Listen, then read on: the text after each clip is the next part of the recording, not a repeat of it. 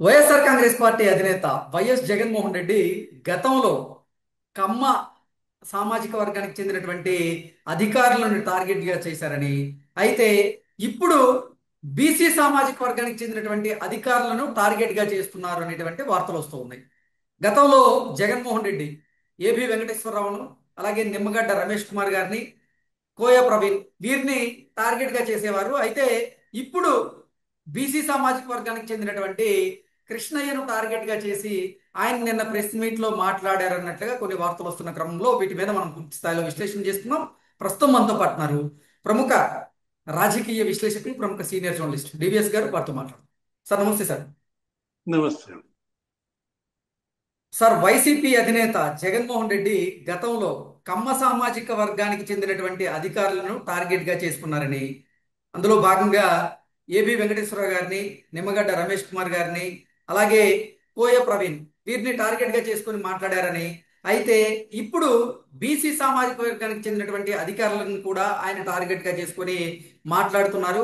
For example, నిన్న జగన్మోహన్ రెడ్డి పెట్టినటువంటి press meet లో భాగంగా కృష్ణయ్య మీద ఆయన టార్గెటెడ్ గా మాట్లాడాడు అన్నట్లుగా కొన్ని వార్తలు వస్తూ ఉన్నాయి. ఏంటి సార్, వీటిని ఎలా చూడాలంటారు? అంటే జగన్ 2.0 అంటే ఇదేనా? ఓకే. ఇప్పుడు జగన్ 1.0లో మీరు చెప్పినాయి ఉమ్. ఏది? టార్గెట్ కమ్మ ఐఏఎస్ లేకపోతే ఐపీఎస్, ఓకే. నిమ్మగడ్డ రమేష్ కుమార్ని, ఆ, మరి చంద్రబాబు సామాజిక వర్గం అనేవాడు. ఆయన ఏంటి? ఎన్నికల సంఘం ప్రధాన అధికారి. ఆయన రాజశేఖర రెడ్డి హయాంలో ఈ ఆరోగ్య శాఖ ప్రిన్సిపల్ సెక్రటరీగా పనిచేశాడు. ఉమ్. అంటే కులం కళ్ళతో చూడటం, చూపించటం జగన్మోహన్ రెడ్డికి ఉన్నటువంటి నైజ గుణం. ఏది? ఇప్పుడు కోయ ప్రవీణ్ని అదే టార్గెట్ చేస్తాడు.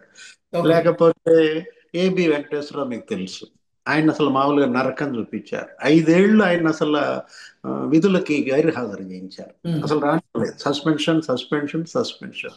చివరికి రిటైర్మెంట్ రోజు ఆయన జాయిన్ అవ్వాల్సి వచ్చింది పరిస్థితి. ఓకే.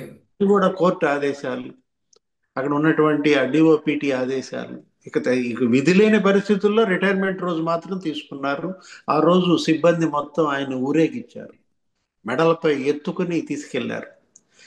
ఇప్పుడు ఏంటి? ఇప్పుడు మీరు చెప్తోంది, ఇప్పుడు తాజాగా నిన్న ప్రెస్ మీట్ లో కృష్ణయ్య గారిని ఉద్దేశించి ఆయన మాటలు. ఉమ్. ఎవరా కృష్ణయ్య? ఇప్పుడు పి కృష్ణయ్య ఆయన ఏంటి? గతంలో మరి ఐఏఎస్ అధికారిగా సేవలు అందించారు. ఉమ్. టిటిడి బోర్డు ఈఓగా పనిచేశాడు. రాజశేఖర రెడ్డి హయాంలో ఆయన కలెక్టర్లుగా పనిచేశాడు, మహబూబ్ నగర్ జిల్లా, అనేక జిల్లాలు. ఆ?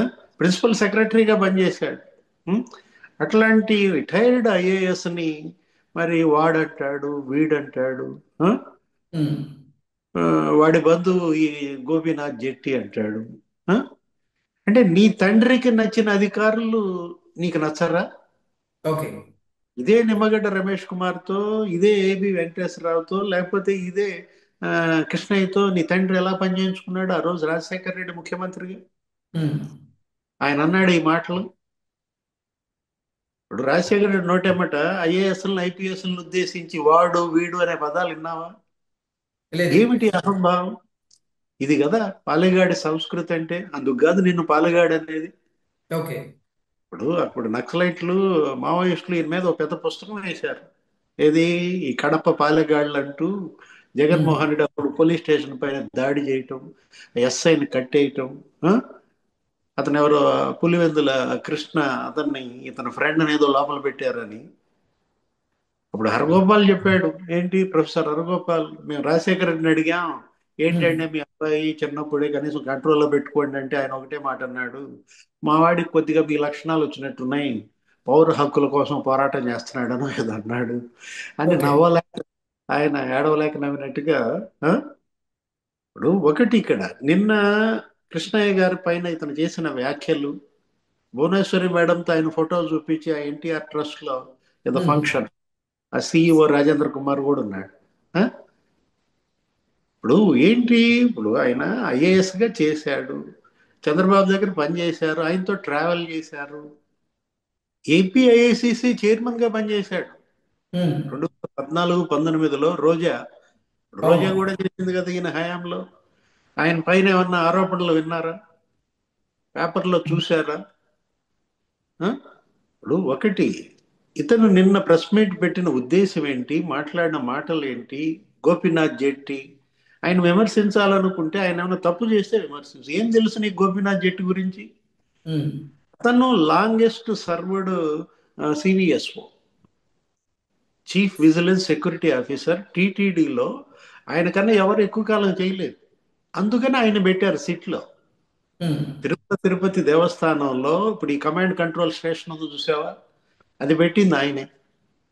లేకపోతే అలిపిరి దగ్గర టోల్ ప్లాజా, అలిపిరి దగ్గర ఇప్పుడు యాక్చువల్గా టోల్ ఎక్కడ పెడతారు? నేషనల్ హైవేల మీద పెడతారు, ఎన్హెచ్ఏఐ మీద పెడతారు. దేశంలో ఉమ్, ఫస్ట్ టైం ఎన్హెచ్ఏఐ మీద కాకుండా బయట పెట్టిన టోల్ ప్లాజా ఇదే. ఎక్కడ? తిరుపతిలో, మరి అలిపిరి దగ్గర. అందుకని కోపమా ఆయన పైన? ఉమ్. ఇది ఉంది కదా, ఈ సీసీ కెమెరాల సర్వేలెన్స్, ఈ ప్రాజెక్ట్ అతనే తీసుకొచ్చింది. ఓకే. ఎవరు? గోపీనాథ్ జెట్టి తిరుమల తిరుపతి దేవస్థానంలో సివిఎస్ఓగా ఉమ్, అంత సుదీర్ఘకాలం పనిచేసి అంత అవగాహన, అక్కడ పట్టు ఉన్నది కాబట్టి ఆయన నియమించారు. అది కూడా ఎవరు చెబితే నియమించారు? సుప్రీంకోర్టు. ఇప్పుడు సుప్రీంకోర్టుకి వెళ్ళింది ఎవరు? మీ బాబాయేగా. ఓకే. నాకు రాష్ట్ర ప్రభుత్వం మీద నమ్మకం లేదు, ఈ సీట్ నన్ను ఇరికిస్తుంది అన్న అప్పుడేదో భయపడ్డట్టుగా అతను సుప్రీంకోర్టులో వేసాడు సుబ్బారెడ్డి. ఉమ్, సుప్రీంకోర్టు ఏమైనా ఆదేశించింది? ఓకే, ఐదుగురితో సిట్ వేయండి, సిబిఐ నుంచి ఇద్దరిని తీసుకోండి, సిఐడి నుంచి ఇద్దరిని తీసుకోండి, ఒకడు ఆ ల్యాబ్ ఆయన ఒకటి పెట్టుకోండి, ఆహార భద్రత ఆ పరీక్ష నిపుణుణ్ణి అంటూ ఉమ్. ఐదుగురి సభ్యులతో సిట్ కాన్స్టిట్యూట్ చేయమన్నది ఎవరు? సుప్రీంకోర్టు. అవును. సిబిఐ డైరెక్టర్ ప్రవీణ్ సూద్ పర్యవేక్షించమను. ఉమ్, కల్తీ నెయ్యి స్కామ్ విచారణ సిబిఐ డైరెక్టర్ ప్రవీణ్ సూద్ పర్యవేక్షణలో ఈ ఐదుగురు సభ్యుల సిట్ చేయమంటే సర్వశ్రేష్ఠ త్రిపాఠిని పెట్టారు. సర్వశ్రేష్ఠ త్రిపాఠిని పెడితే తెలుగుదేశం వాళ్ళు అంటారు. ఉమ్. జగన్మోహన్ రెడ్డి నిన్న ప్రెస్ మీట్ లో టీడీపీ వాళ్ళని సీట్లో పెట్టాడు అంటాడు. త్రిపాఠి ఎక్కడాడు? ఆయన ఏంటి ఉత్తరప్రదేశ్లో పనిచేశాడు 3 ఏళ్ళు. ఉత్తరప్రదేశ్లో ఉన్నాడిని ఆయన తీసుకొచ్చి ఆంధ్రప్రదేశ్ వేసింది ఎవరు? చంద్రబాబా? అసలు అప్పుడు చంద్రబాబు ముఖ్యమంత్రి ఉన్నాడా?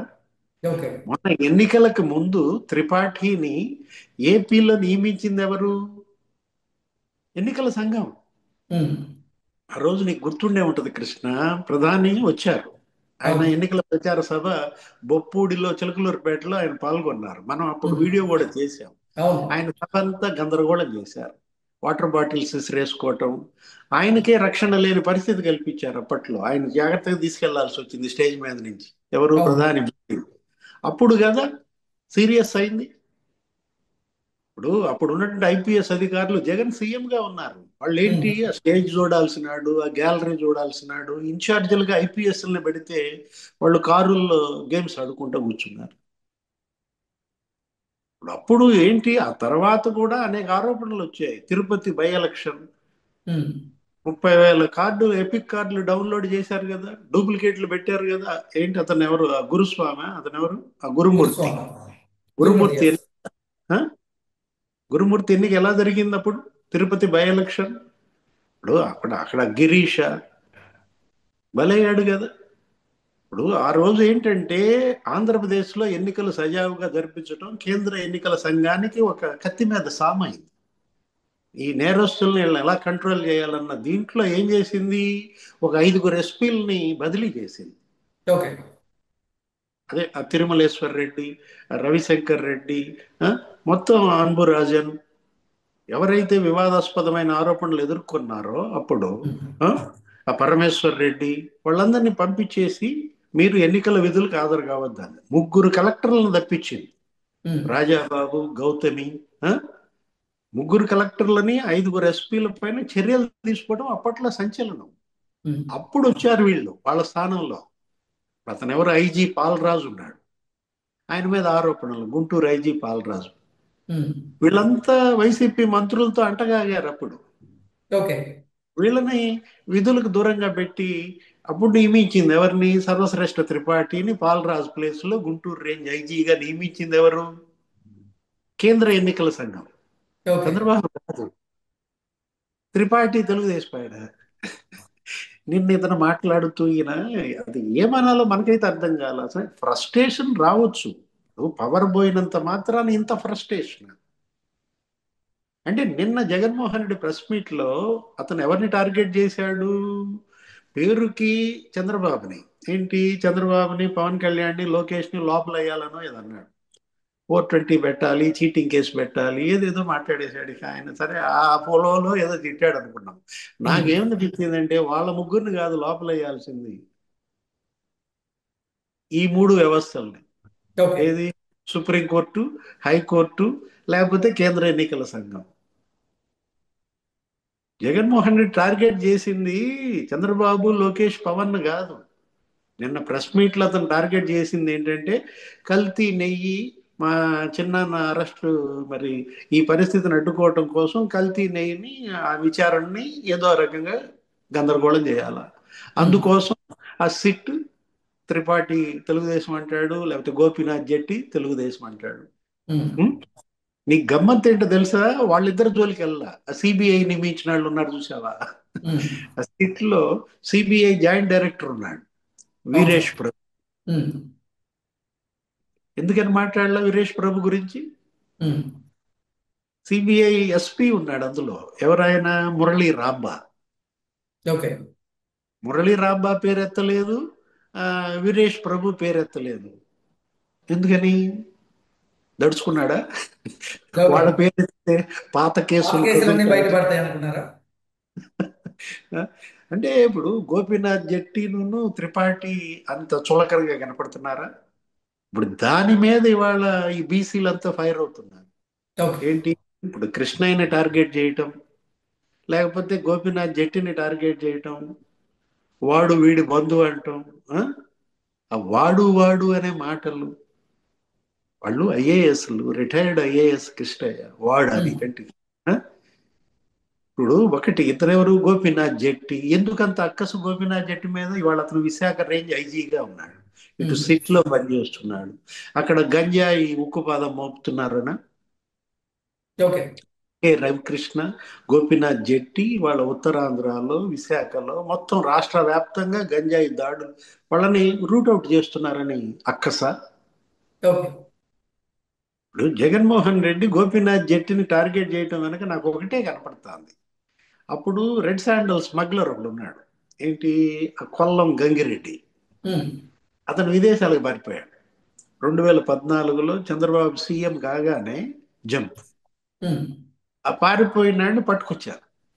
అప్పుడు విదేశాల్లో ఉన్నాడిని, అప్పుడు ఏంటి, ఆ మాల్దీవులో ఎక్కడో దొరికినట్టున్నాడు. అక్కడ ఆ న్యాయస్థానాలను ఒప్పించి ఆ విమానంలో అతను పట్టుకొచ్చి అతను జైల్లో పెట్టారు.